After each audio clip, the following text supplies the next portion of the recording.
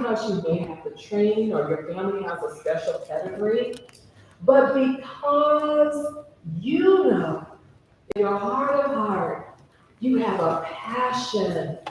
You have a passion, a deep-rooted passion for walking in your gift. And with that deep-rooted passion, that deep-rooted gift, you take that and you say, you know what? I can braid hair. I can be a makeup artist. I can be a chef. I can go into the prisons and mentor young men and tell them that you have purpose and that this place is a temporary place for you to grow. This is a temporary place for you to develop a sense of consciousness of who you are. This is a place for you to think. And as you begin to think about how you can give them a reentry program, you have a gift. And so your gift, you were born with that gift. You were born with it. Now talent comes over time. Talent comes as you begin to develop your gift. And so in the book of Habakkuk, it tells us in chapter 2, it says that you are to write down your vision of your business or your idea of your talent. You're to write that down and you're to document it.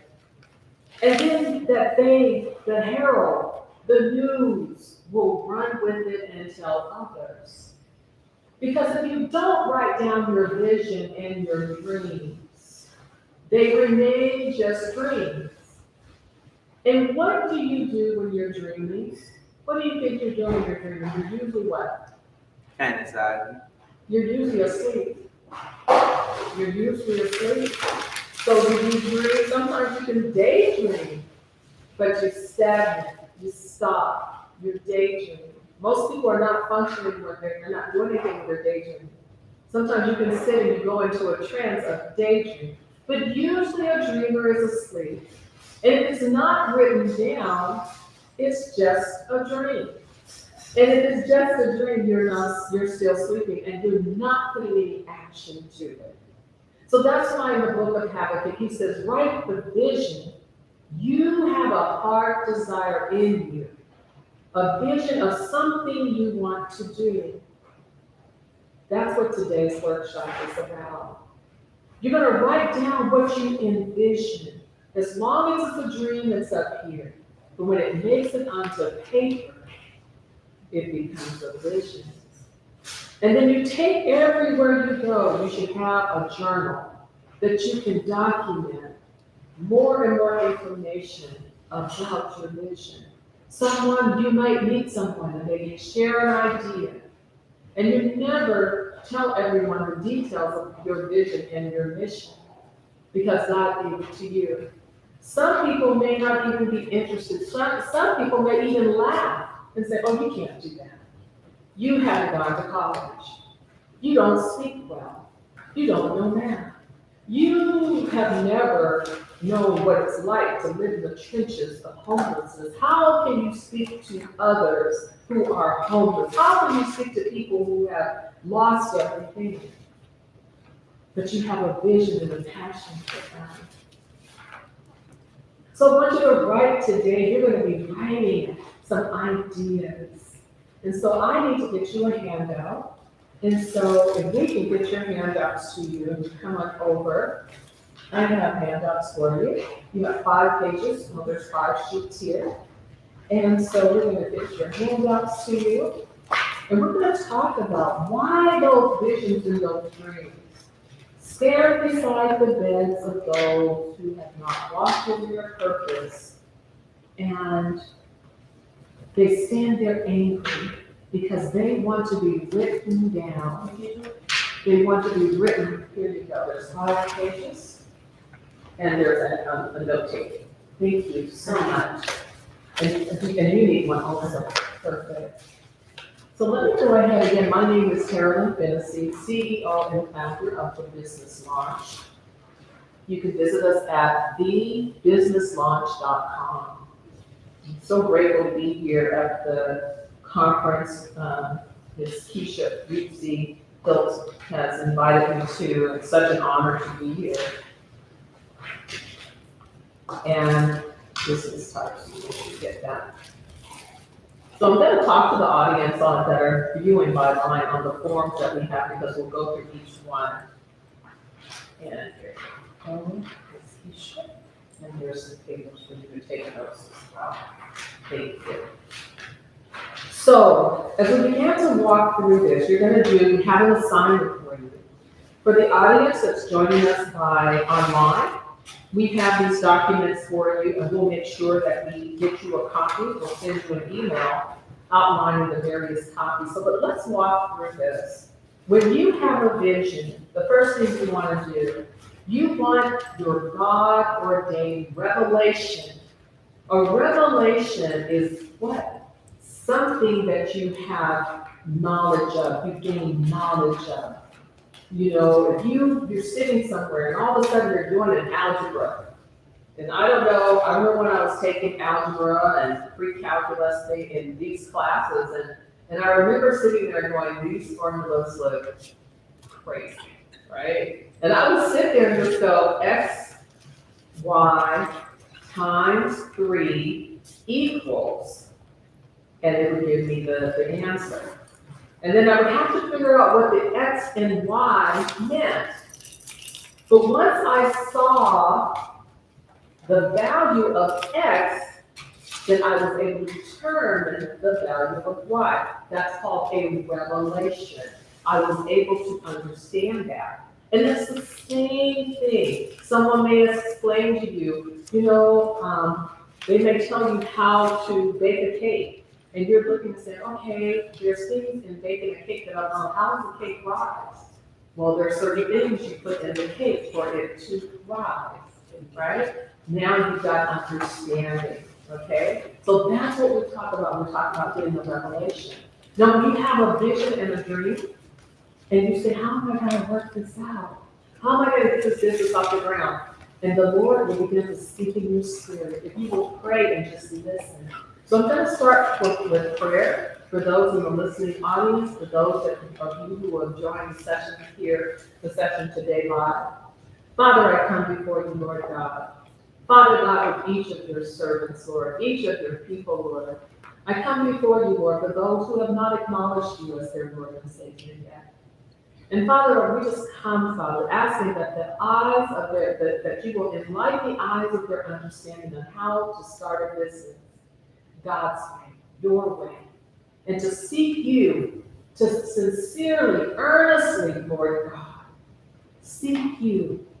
You know, the Apostle Paul, Lord, said he forgot those things that were behind, and he pressed in towards the mark of his high calling in Christ Jesus. And so, Father, you ask us to do the same things. Forget those things that are behind you. Press in towards the mark of your high calling in Christ Jesus. And the God of all understanding will guard your heart and your mind. He will keep you in perfect peace as your minds are stayed on him. And then he will not keep back anything that is profitable for you. Now, I know I used a lot of scriptures and I brought them all together, just so that you can remember the promises of God. So now let's get into the workshop. Amen. So the first thing I want to talk to you about is we have some workbooks. In our program, we have a 6-week course, and we take you through the foundations of fundamentals of starting your own business, the guided business plan. And I know we have a book there that we'll pass around to the group. But if you ever decide to take the class with us, by the time you're done with your class will be up. Your business will be up and running. So just to go over a few some of the content, we help you with the purpose. What is the purpose? What is your purpose? You are not your business. Remember that. God has given you a purpose. You wonder, I often, I have some friends I know and they own a mortuary. Now, for me, it would be challenging, but for them, it's a gift. They have the ability to console the hurting and take care of their loved ones. For someone else, that's not their gift. That's not their gift.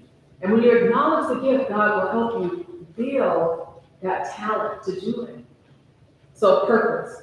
We talk about determining if there's a need for it. How do you know if your business is needed unless you do a survey? You need to identify who is your customer. You need to think about how you want to market. These are the things we help you with. What do you charge for your services? Company basics. Now, I'm coming out of the book, so we'll come to that in just a moment. And then the things you need to do to launch your business. So what do we do with the business launch? We help you from the time that you start your business with your business license, all the way to your EIN. We'll talk about all of those things, agreements that you put in place, and we actually do a formal launch where we do those nationwide.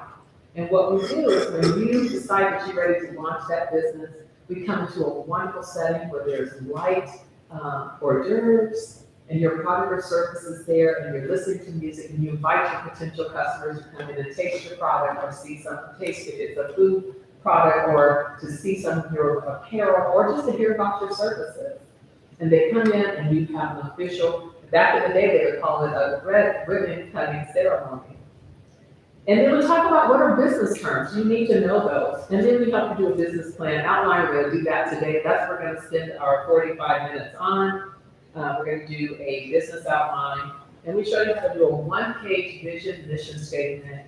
And then we walk you through making sure that you have a folder with everything in it concerning your business, including your official business seal. Okay? After we've gone through that, we show you how to make sure that you marketed your business, you have a website, you know how to do the accounting piece of it, okay? And so that's key, okay? So again, the guided business plan, the author of this book is Melanie Ray. We are branded on the back of the book, so if you have the book circulating in the room, we are branded on the back of the book. So if you're wondering how to reach us, again, it's the business launch, like you're launching a rocket. Thebusinesslaunch.com. That is the name of our company. Again, so why did I start this business launch? Over the years, the past 10 years, I've had individuals come to me and say, you know, I know you started a lot of business. When I started my first business when I was in high school, I was just talking to one of our guests in our audience, and I was talking to her about I was a part of the DECA program, a Distributed Education of America. And so I remember starting my own business, and when I started that business was basically designing clothes. And I was modeling at the time. And so I started sewing for people, making suits and all kinds of things. And I was only 14, 15 years old. From there, I decided that I wanted to do web design when I got into college. And so my degree is in computer programming. I said, well, that's great, but I want to do more. I knew there was something more I need. So out of this, I've worked with other companies.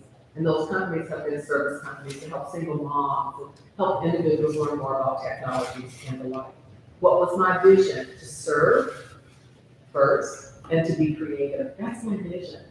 To serve and be creative. Isn't that something? And I love technology. You gotta write down the things that you love. So on the paper that you have, now all of you online, you want to get lined paper. Get yourself just a college rule lined paper. On one side, you're going to put a line down the middle, and you're going to put on the right side, you're going to put on the top the things that I'm good at. Put the things that I'm good at. Okay?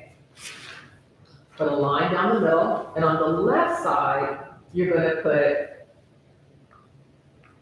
things that I need to improve in. Okay? Again, right side, things that I'm good at, and on the left side, areas I need to improve. Okay, this is important because as you begin to look at your business, you're going to be able to fill out that side of the paper. Okay? So, you want to put your name on this, and you want to put today's date. It's imperative that you do that. Because over the next year, when we come back to this conference next year, you should have accomplished worked on even building on the things that you're good at, but on the things that you know that you need to improve in, you need to figure out what you're gonna do about those, and that will be on the next page. You wanna make sure you number them. Make sure you number them, okay? All right, so let's get started. All of you should have a sheet that's called business types. Business types. Okay, so we're talking about the types of businesses. And I'm just going to name some of the top four. There are other types of businesses, but these are the four. You have a corporation. You'll have S Corp or C Corp. Does everyone have a business type sheet? Did you not get your business type sheet? I got it. The top. Okay. Okay. Why don't you two share for now? They'll share for now. Okay. I got it. And I'm gonna give you this one when we're done with the workshop. So so let's talk about a corporation. A corporation is going to cost you more. You will have a board. You have stakeholders. That company may result in you having a stock plan and what have you. Now, there's a lot of protection with the corporation. It's not solely owned by you. Okay, you'll be the president, but remember, corporations will cost you somewhere, depending on the state you're in, about $800, $900 a year. And that's to maintain the corporation. But usually these companies grow to be pretty big. Microsoft is a corporation, okay? LLC, limited liability. Now, those are for individuals who say, you know what, I'm starting my own business, I don't want to be listed as a sole proprietor, but I want protection. I want some limited liability coverage. And so you're going to probably go out and get some insurance, but the wording of your business is going to protect you from liability such as the loss of your home. You want to make sure you have that. So some ask me, well, Terolyn, I have a gentleman that his business is to repair guitars and violins. Those are string instruments, right? So he's stringing that guitar, and so he's working in the shop all by himself. So does he really need insurance? What are your thoughts? Yeah. You don't think he needs it? He still needs it. He still needs it. Anyone think he doesn't need it? Okay, so let's talk about why he might think he doesn't need that business. He's working alone. They come and just pick up the guitars and the string instruments. And when they come to pick it up, they are just coming into a waiting room, and they wait out in the waiting area, and then they come and pick up the instruments. And so it's just him. Okay, so should you have limited liability, sole proprietorship, where it's just him, that's the owner, sole owner of the business, there's no employees, it's just him. LLC, limited liability, or sole proprietor. Sole proprietor is just you. Bruce decides that he's going to open up a business where he is doing web design for companies and for small businesses, and does he need insurance? Yes. Yes. So this gentleman, he's stringing this instrument, and he's waiting on this customer to show up, and so he tells them to wait in the waiting room. So they're waiting in the waiting room, and he's stringing the guitar, he's almost done, they showed up early, and he's not quite done. So he turns around, and he's stringing, his back is to the customer, and he's stringing the guitar, and he turns around, and there's a little girl at the counter, and she's looking in amazement. But before he could tell her she needs to move away because the strings are so long, she's already there, the guitar, the string catches her eye, and the child is blinded. Now, what happens to this business owner? He's sued. He loses everything he has. He loses not only his business, but he loses his home, his wages are garnished, everything. And for the rest of this little girl's life, he has to pay, and he has to have that thought in his mind. Now, can you get rid of the fact that you can have an accident with your business? No. But you still need insurance, even if you're doing web design. Why would I want to carry insurance? The customer says, well, no, you promised me that when I got this website, I'm going to make thousands of sales. I never promised you that. This is another means of marketing. Your word against theirs. That's why it's everything good to have everything in writing. But let's say you invite the customer into your home to see their website. and they slip and fall. Homeowners insurance will cover that, but it's still good to have business insurance. It protects you. It really does. So limited liability, if you have any assets or you work, you want to make sure that you have coverage. Okay, can you work full-time or part-time and have your own business? Yes. Yes, you can. And I always say, never quit your full-time job until until your business is doubling at least what you're making on your full-time job.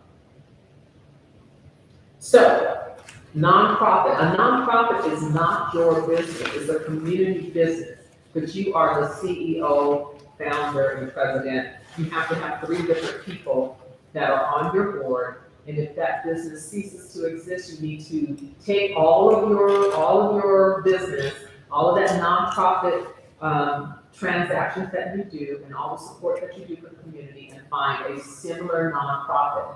So if you were to open up a nonprofit for your ministry, and you decide, I want it to be nonprofit, should you decide that you're no longer going to be able to run that ministry, you've got to find a like nonprofit.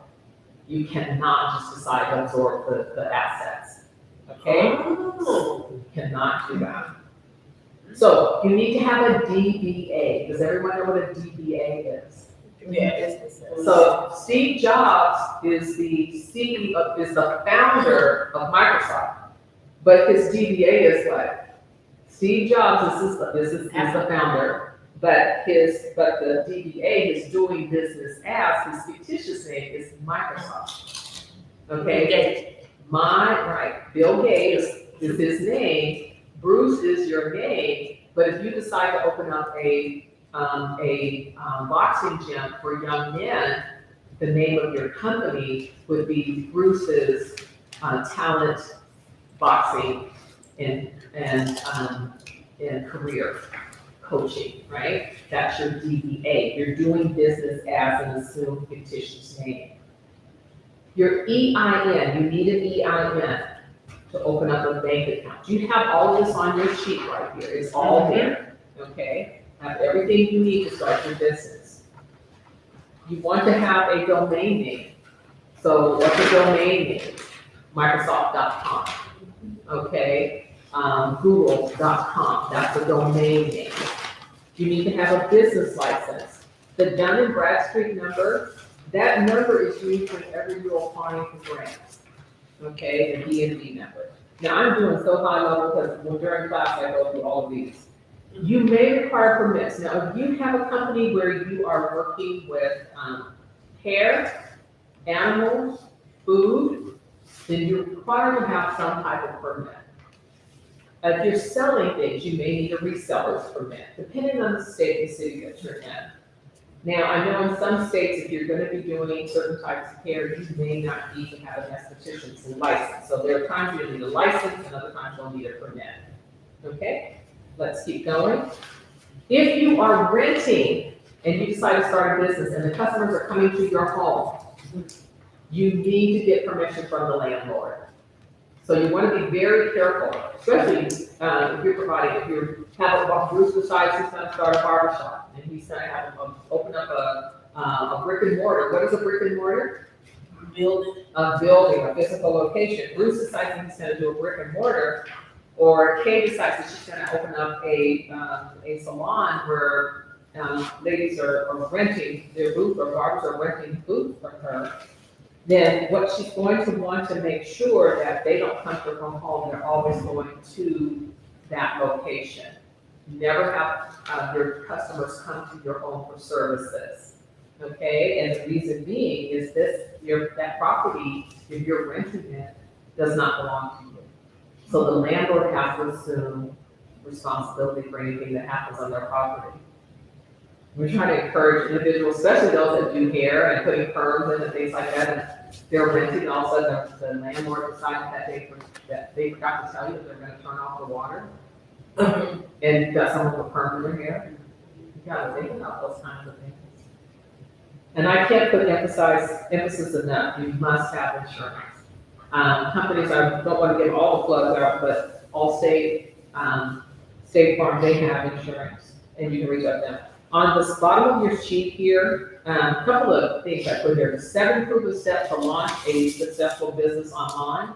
And then another thing here, don't forget to contact City Hall for licensing requirements.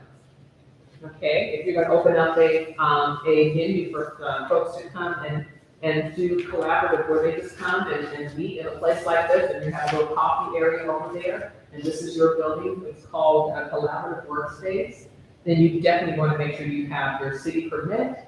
If you're gonna be selling alcohol, and nowadays they're saying, please try to cut back when you bring people into communities to have alcohol because of the increased levels of aggression that they're seeing on the airplanes. So you know if you operate in your shop, it's gonna be a problem. So let's go ahead and get started. I want to talk to you about your business idea. So everyone should have one of these here. You're gonna fill this out. You're gonna fill this out. So remember I talked to you about writing your vision. Each one of you have a vision and a passion. So if you're thinking about getting into fashion, so for example, if you're going to want to help with textiles, you have a designer, or you are opening up a barber shop where you have multiple barbers that are going to be coming in. And so you're going to do a test of opening a barber shop. Okay, that's what you're going to write down for your company. You're going to do what do you call it? The person that goes in and helps someone with their fashion stylist. You're going to be a fashion stylist. Okay. Your company is going to be counseling online support. Okay, you're going to come up with a name for it. And then your company is going to be e-commerce, and it is going to be on sports attire. Oh. Okay? Okay. And so those of you that are online, I want you to think about, I want you to write down, what is your company's name? Even if you're not sure, write down your company's name. And this is why I tell you, again, adequate set of what? Write your vision, and you're gonna make it plain. Get something on paper because it will inspire other things, okay? So what is your company's name? So Bruce, I want you to think about a company name. Kay, Ruby, Keisha, think about a company name. Okay, those others of you who are in the audience, think about, just come up with a company name just for today. Did you come up with a company name and put it in the box? Okay, use mine. Okay, I didn't do it. You want to put it in the box. Okay. Okay, everyone should put it in the box. Okay. Now, what do you sell? What are you going to sell? So in your case, Bruce, you're going to sell your booths.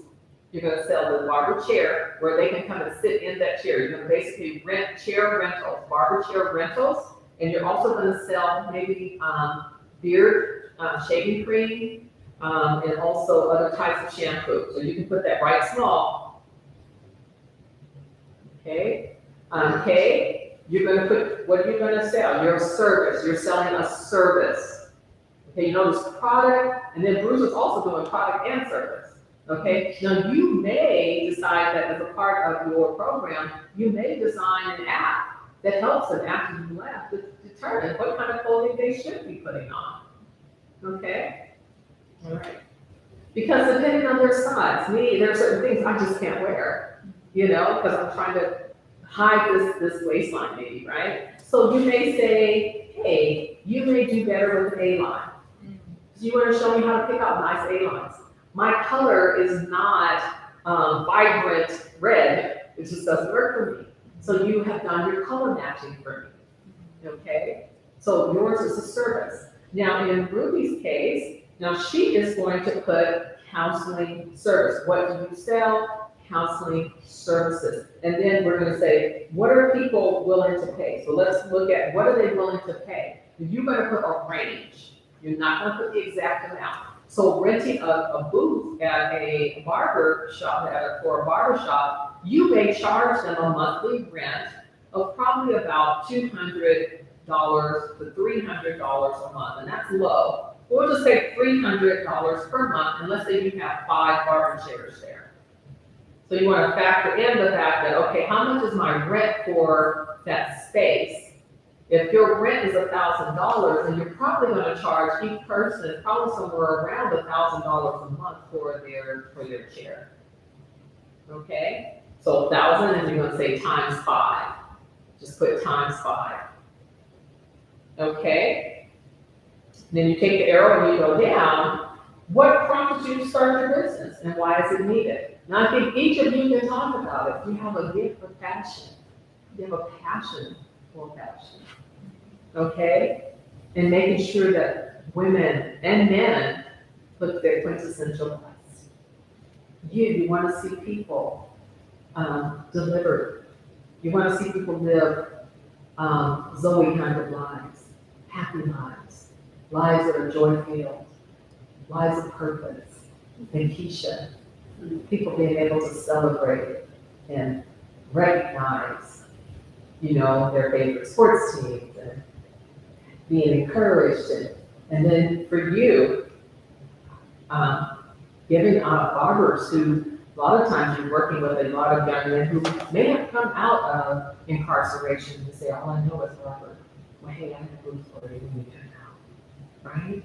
And now they've got that booth where they can go in and they can rent that chair, and maybe who knows, you may be able to help them get that business off the ground themselves, where one day they can open up their own shop, right?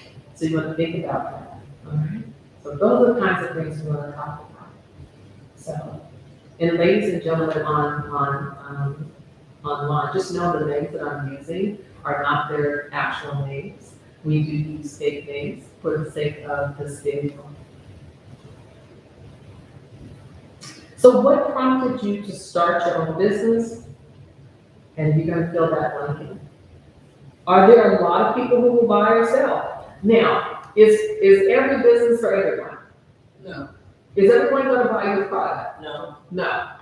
Okay. I am not going to go into a barbershop, right? So his business would not be for me. I'm not a barber. Some of you may have a business for everyone. If you're a counseling service, you may have a business for everyone. Marriage, family, single, all those need help.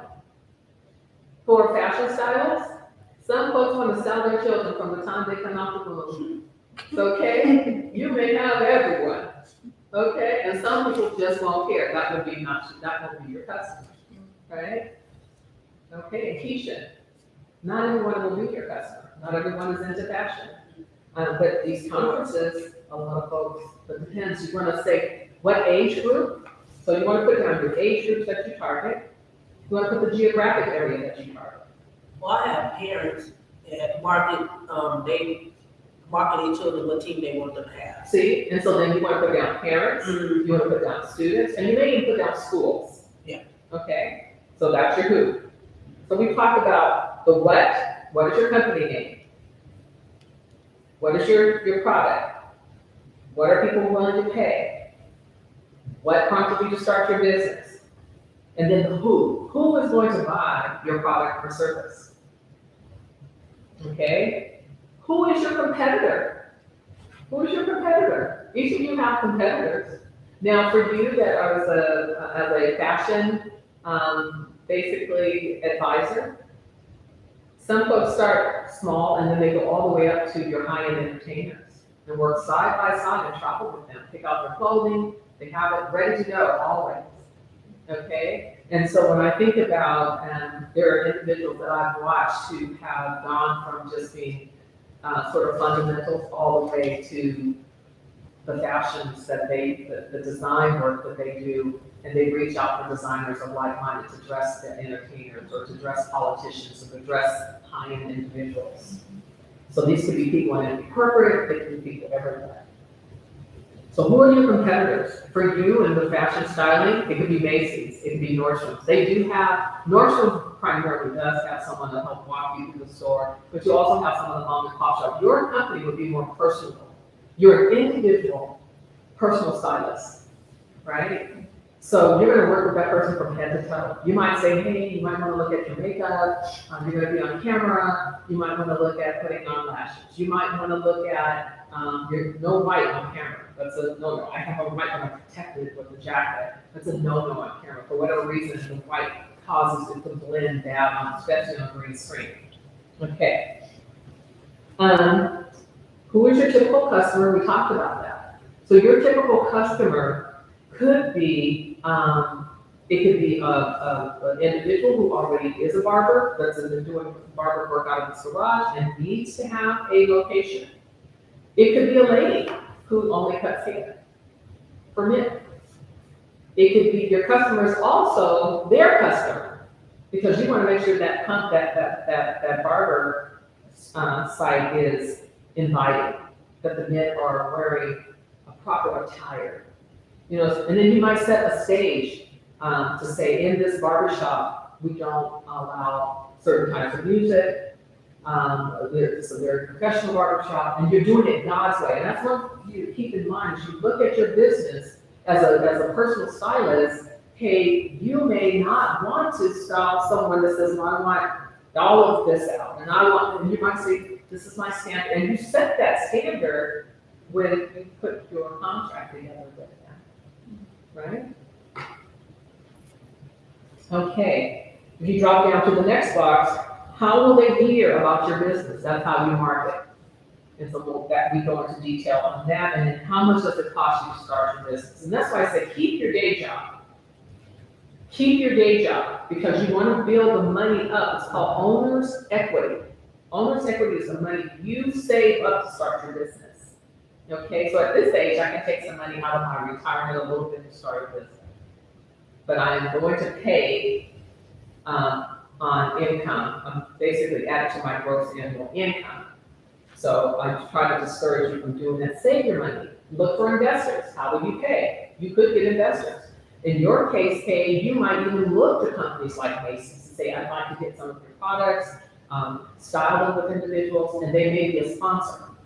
You see what I'm saying? So you basically are going to help pay for it by looking at some of these opportunities that exist. Okay? So again, this is out of the book here that's called the Guided Business Plan. This is a 6-week course that we have. And as you can see here, you will be filling out these. This is in the first page you come to in our series. When you go through your program, we basically walk you through this Guided Business Plan.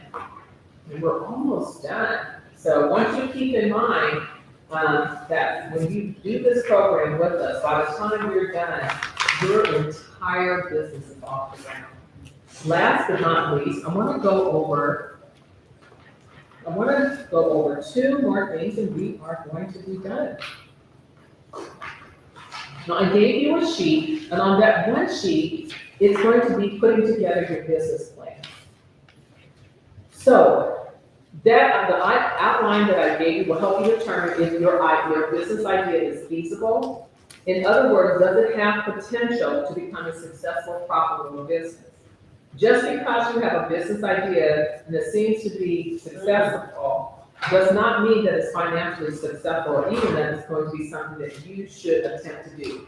So I have a friend, she and her husband are wonderful couple.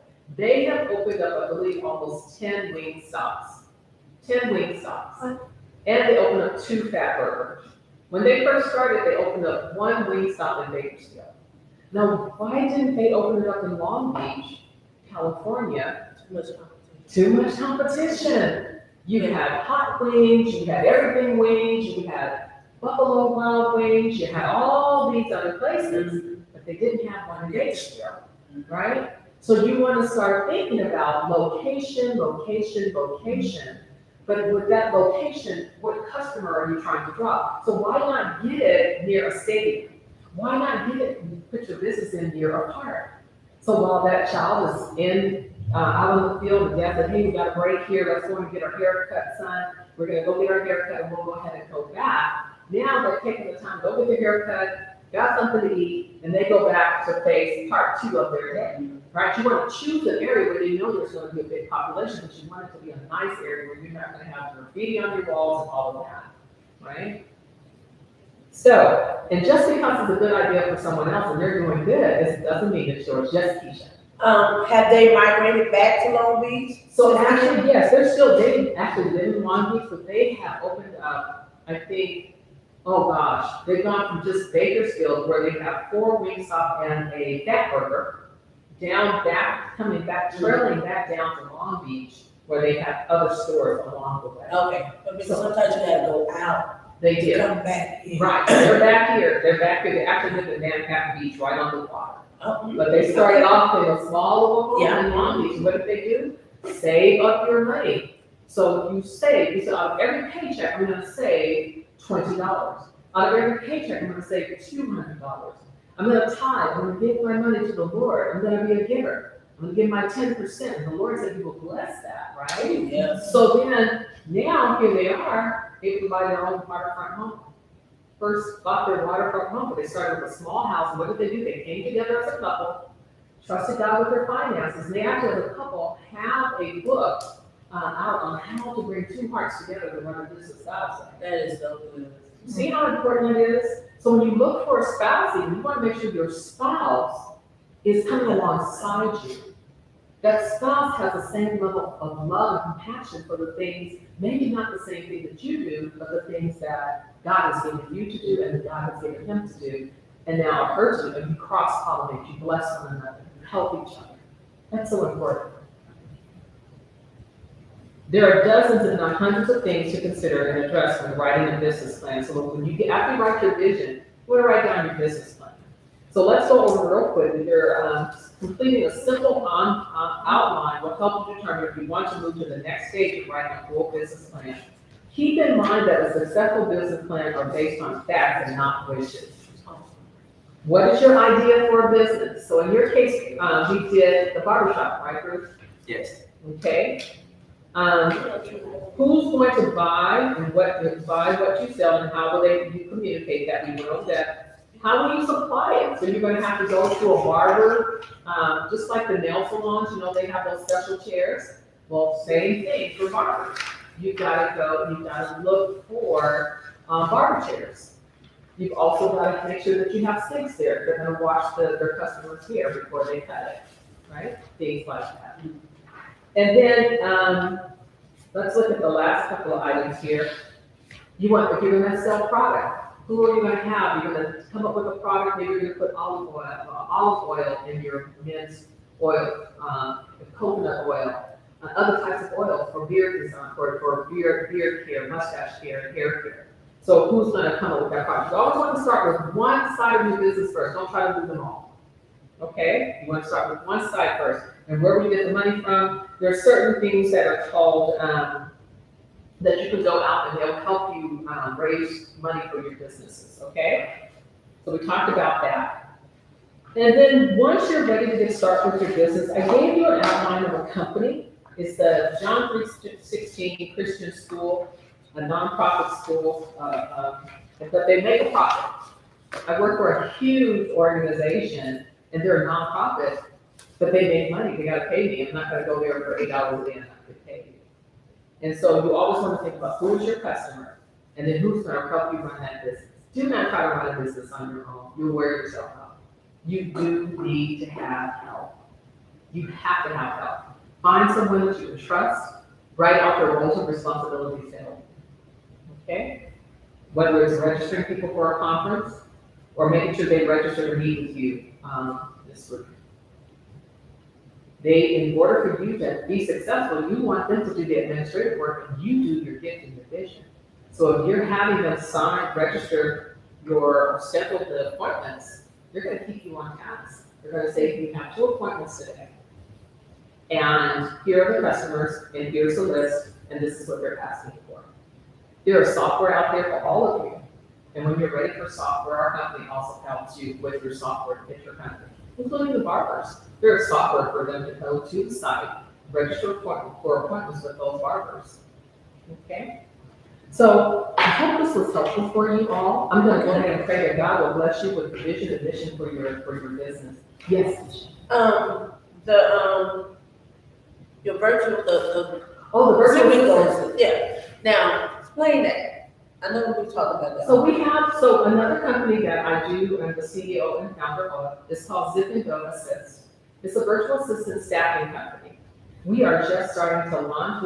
We've been launching in segments because what we've done is we started training staff and individuals who can provide you with help. So let's say that you need help with registration, and you say, hey, I don't need a full-time employee because I can't, at this time, I don't have a budget for it. Or Bruce says, you know what, I need someone that can go and make sure all this paperwork is filed. I need to make sure that they can take the calls as customers are starting to call in and make appointments, what have you. Our program is a virtual assistant program. They may work for you for 4 hours a day, for 5 days a week, or may work just 4 hours that week. And so you basically come to us, and basically what we do is we make sure we provide that resource to you, and they do the work virtually. They don't have to come to you, they do it all online.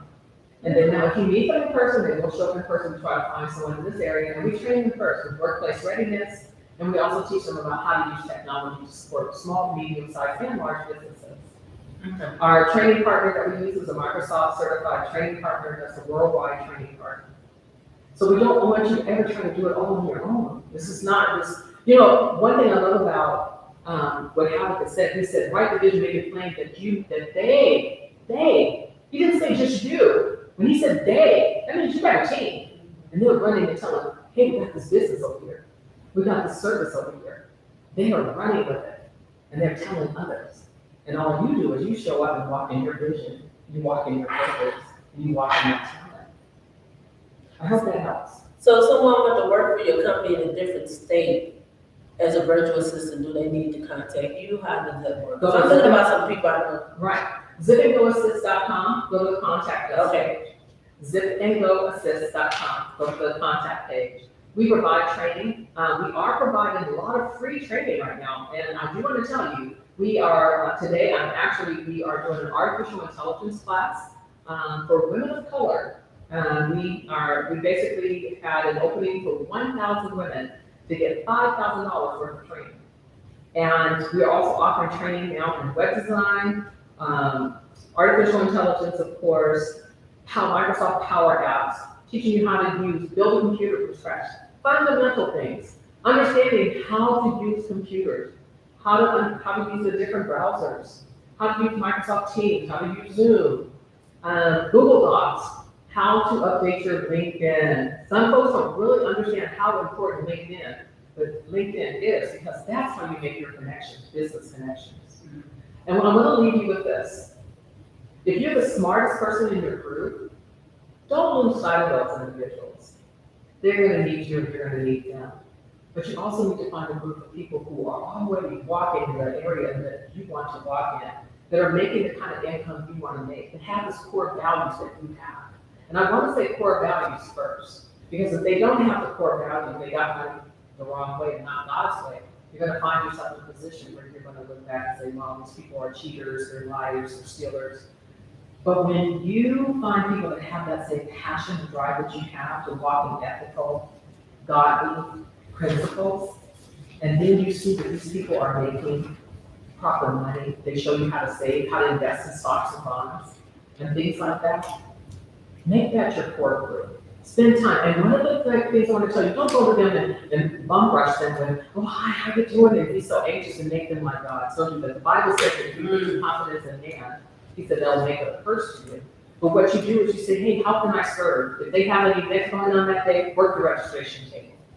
If they hand you the money to put somewhere, say, thank you, sir, here's the money. If they gave you 1,000, make sure they get 1,000. Okay, and register funds. So I want to thank you so much, Keisha, for inviting me. I hope you all enjoyed the conference today. This is a much needed conference, and if you'd like to take advantage of our 6-week course, please reach out to me. Keisha will provide you that information at thebusinesslaunch.com. Thank you. All right.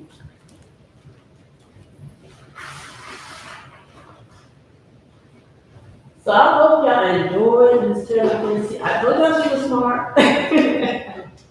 I took me some more notes as well, y'all. So like I said, anybody that needs to contact me to get in contact with her, you need some information, send me a message on my Facebook, YouTube channel. Some of y'all got my phone number, my email. Send me an email, yeah, and she will, we got handouts. So I can even upload the handouts and email them out. And what I'm going to do is we're going to get the handout uploaded on my site, my PrayandRead.com site. So you go to that site, you can see it as well. So I want to appreciate everyone for coming. We're gonna break for lunch and then we're gonna come back for the relationship game.